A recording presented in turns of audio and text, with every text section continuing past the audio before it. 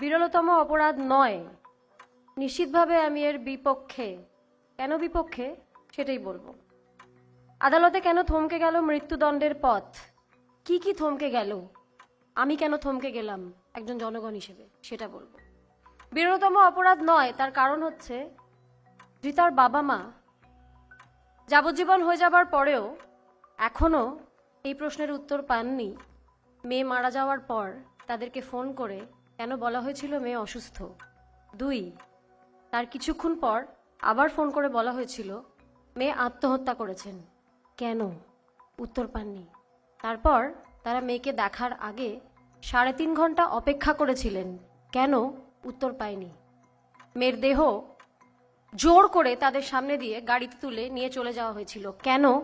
উত্তর পাননি। এই সবকটা উত্তর পাননি বলে জনগণ হিসেবে তারাও এখনো থমকে আছেন, আমিও এখনো থমকে আছি। মেয়েটির বাবার আজও দুঃখ, তিনি শেষকৃত্যের টাকা দিতে পারেননি কারণ তাকে দিতে হয়নি। এই উপকারটা তিনি চাননি। বাকি জীবনটা ওনার আফসোস থেকে যাবে। বিরলতম অপরাধ, কেন এই টাকাটা তাকে দিতে হলো না?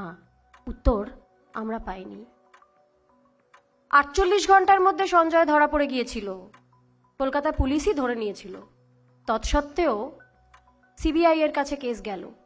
যার আজকে শাস্তি হলো সে তো ধরা পড়ে গিয়েছিল 48 ঘন্টার মধ্যেই। তাহলে সিবিআই এর কাছে ঠিক কি কারণে কেস গেল? উত্তর আমরা পাইনি, থমকে আছি উত্তরের অপেক্ষায়। সিবিআই এর কাছে কেস এই জন্য গিয়েছিল কারণ যতজন ফরেন্সিক এক্সপার্ট এটা নিয়ে কথা বলেছেন, যতজন, আমি একজনও ব্যতিক্রম খুঁজে পাইনি সোশ্যাল মিডিয়াতে। যদি খুঁজে পাই খুব খুশি হব, অপেক্ষায় আছি। প্রত্যেকে চুলচেরা বিচার করে ছোট্ট শিশুকে যেভাবে বোঝানো হয় সেইভাবে আমাদের বুঝিয়ে দিয়েছেন ঠিক কেন একজনের পক্ষে এই অপরাধ করা সম্ভব না। চুলচেরা বিচার করে বুঝেছেন। বাচ্চা, 4 বছরের বাচ্চাও বুঝতে পারবে। আমি তো বড় হয়ে গেছি, বুঝতে পেরেছি। তৎসত্ত্বেও একজনকেও তারপর সিবিআই অ্যারেস্ট করলেন না। সিবিআই বলেছিলেন যে প্রমাণ লোপাট করা হয়েছে, ঠিক সেই কারণে সন্দীপ ঘোষ এবং টালা থানার ওসিকে অ্যারেস্ট করা হয়েছিল। আমি বলিনি, সিবিআই বলেছিল।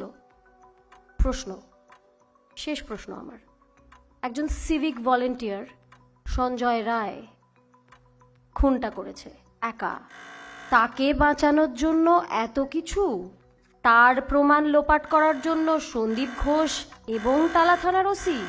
কি আশ্চর্য না?